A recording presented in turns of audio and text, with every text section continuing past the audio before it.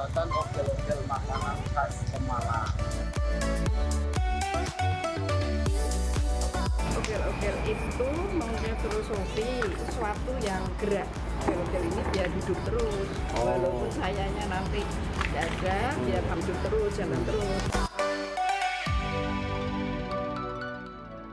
Jika kita singgah di Kabupaten Pemalang, Jawa Tengah dan mencari makanan atau jajanan khas yang ada di pusat toko oleh-oleh, kita akan banyak menjumpai makanan ringan bernama ogel-ogel.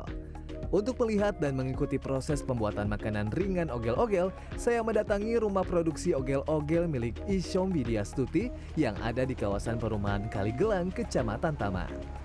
Jadi saya pagi-pagi udah dari pasar ya. Ini pulaan telur. Langsung saya bawa ke ini tempat pembuatan ogel-ogel makanan khas Pemalang. Wah, ini udah sampai.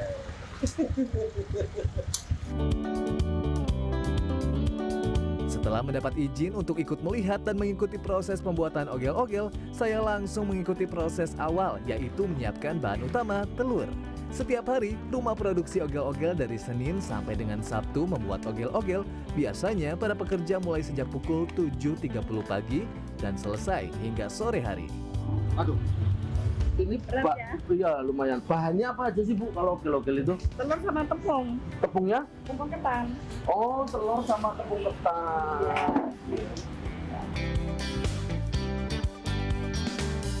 Dibantu beberapa pekerja, saya langsung menyiapkan telur untuk dipecahkan satu persatu. Untuk satu resep, satu ember berisi 90 butir telur atau sekitar 6 kg. Ini selanjutnya tinggal ini nih, lihat nih. Lomba memecah telur. Tapi sebelum ikut lomba memecah telur harus ini ya, cuci tangan dulu biar bersih gitu kan. Ini kalau pakai sarung tangan susah, repot. Jadi nanti malah apa? Merucut ya, lepas. Kabupaten Pemalang awalnya tidak memiliki makanan ringan atau jajanan yang khas. Sejak 20 tahun silam, Isyom Widyastuti membuat inisiatif membuat olahan yang kemudian diberi nama ogel-ogel. Secara bentuk dan rasa, memiliki filosofi yang diambil dari karakter orang Pantura yang suka dengan rasa asin dan gurih. Sesuai dengan bentuknya toh Mas, bentuknya kan unik gitu ya, ogel gitu ya.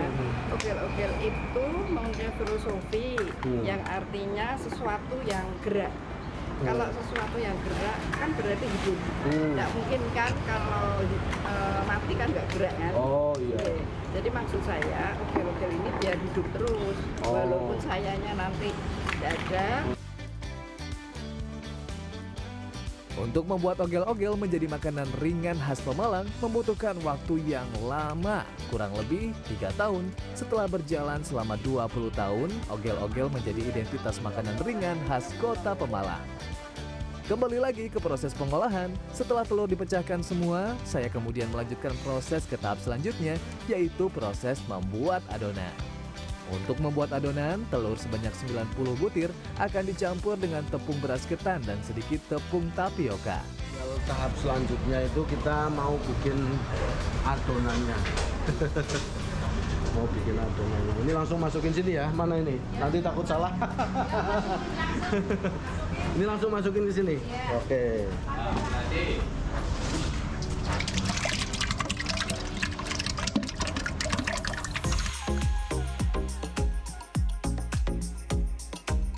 Untuk satu adonan, selain telur sebanyak 90 butir atau 6 kg, tepung beras ketan sebanyak 6 kg, selanjutnya tepung tapioka sebanyak 2 sendok besar atau irus.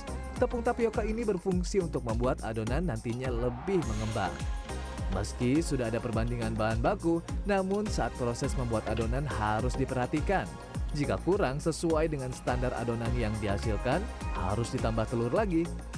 Kalau telurnya kan nggak ditimbang, jadi apakah itu 6 kilo atau enggak kan nggak tahu. Tapi yang terpenting kunciannya di sini. Setelah sudah dicampur seperti ini, dilihat adonannya bentuknya seperti apa. Itu telurnya tinggal ditambahi secara perlahan sambil nanti lihat sudah cukup apa belum gitu ya. Untuk memastikan adonan sudah sesuai, biasanya dibutuhkan tambahan telur antara 10 sampai 20 butir. Ukuran telur yang berbeda tiap butir membuat ukuran atau takaran tidak dapat menjadi standar. Yang terpenting rahasianya ada pada melihat kondisi adonan. Di tempat ini, untuk proses membuat adonan khusus ditangani oleh orang yang sudah berpengalaman. Jadi kalau adonannya udah jadi itu kurang lebih sudah seperti ini ya, udah mulur. Wah, ini nah. Dalam sehari, tempat produksi ogel-ogel ini bisa membuat adonan dari 8 sampai 10 kali. Jika menjelang hari libur, kebutuhannya semakin banyak dan proses pembuatannya bisa lebih banyak proses produksinya hingga malam hari. Ini kita mau pegang yang lengket-lengket biar nggak nempel. Pakai tepung dulu. Ini langsung masuk masukin sini. ke mesin cetakan. Adonan yang sudah jadi selanjutnya dimasukkan ke dalam mesin cetakan seperti ini. Mesin ini selanjutnya dipres dan hasil cetakan langsung diarahkan ke wajan yang berisi minyak goreng yang sudah panas. Ini sebetulnya mesinnya itu otomatis. Bisanya masih Iya, bisa. tapi tadi Bu Isom minta ini mesinnya lagi yang pisau pemotongnya lagi ini, lagi dibenerin. Akhirnya manual ini jadi kerjaan saya.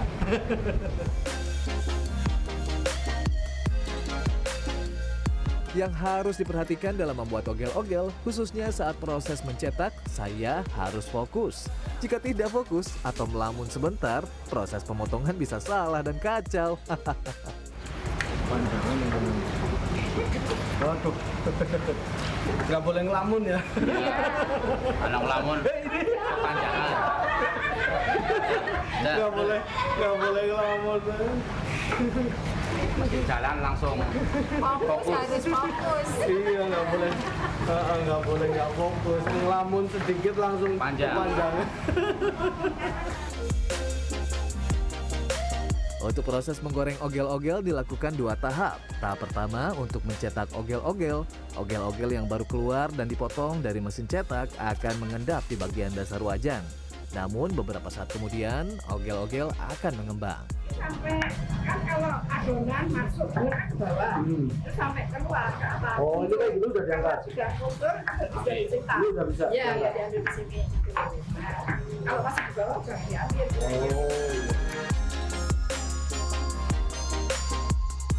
Selanjutnya proses menggoreng yang kedua. Untuk proses menggoreng yang pertama, ogel-ogel yang sudah dicetak dengan menggunakan minyak yang baru dan setelah jadi ditiriskan beberapa saat. Selanjutnya digoreng lagi dimasukkan pada wajan dengan suhu minyak goreng yang lebih panas atau api yang lebih besar. Aduk, Mas. Pakai mau aduk. Awas loh, hati-hati keceplosan loh ya. Wong iya ya. Punya lata, jadi saya harus hati-hati menjaga jangan sampai kaget. Lanjut.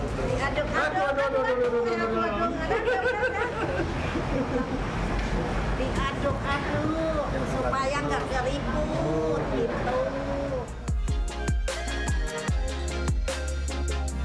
Untuk proses menggoreng yang kedua ini, yang harus diperhatikan adalah api harus besar. Proses menggoreng harus diaduk terus-menerus selama kurang lebih 20 menit. Selanjutnya terus digoreng sampai dengan matang. Nah, tandanya ogel-ogel sudah matang adalah saat minyak goreng sudah tidak mengeluarkan buih seperti ini. Kalau masih banyak busa seperti ini, masih banyak kadar air, jadi masih harus digoreng terus. Tapi kalau yang udah matang seperti ini sudah nggak ada ininya. Nah, sudah nggak ada busanya. Ini udah siap diangkat ya? Nah, ini udah matang nih.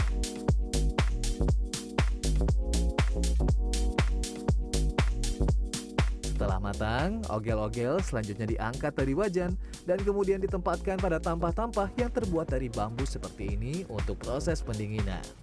Ogel-ogel akan dibiarkan sampai dengan benar-benar dingin sehingga tidak ada lagi tuh ada uap panas yang keluar dari olahan ogel-ogel.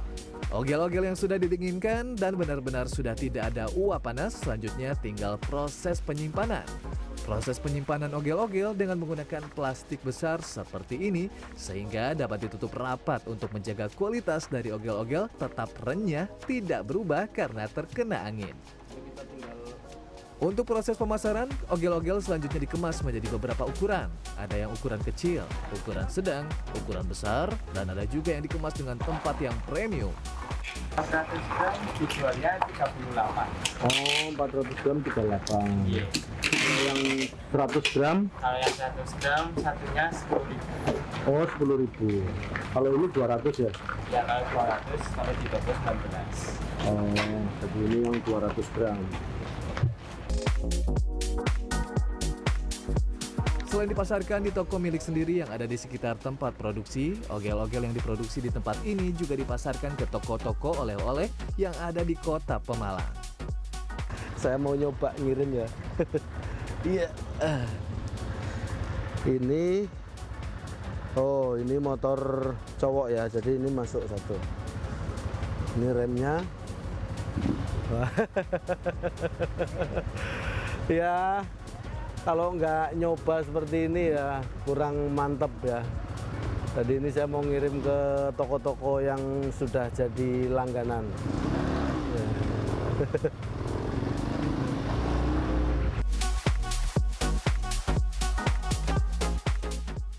Karena banyak penggemar dan pembeli, untuk satu toko saja setiap hari membutuhkan pasokan ogel-ogel yang cukup banyak.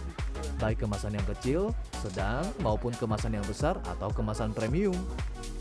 Namanya tuh aneh gitu loh, ogel-ogel gitu. Kata Bu Isom kan katanya terus bergerak kan, ogel terus kan sampai selama-lamanya. Oh gitu. Mungkin Terus rasanya juga ini ya, rasanya disukai banyak orang.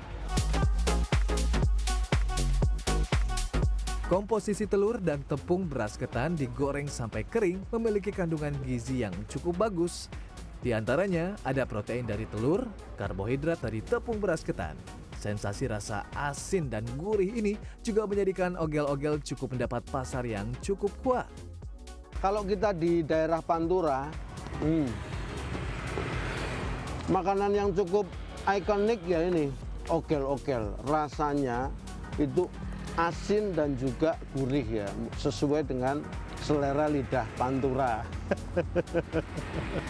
Pokoknya ini bisa untuk cemilan di rumah atau mungkin teman perjalanan seperti ini. Roby Sofwan Amin, Probokus Hartoyo, Pemalang, Jawa Tengah.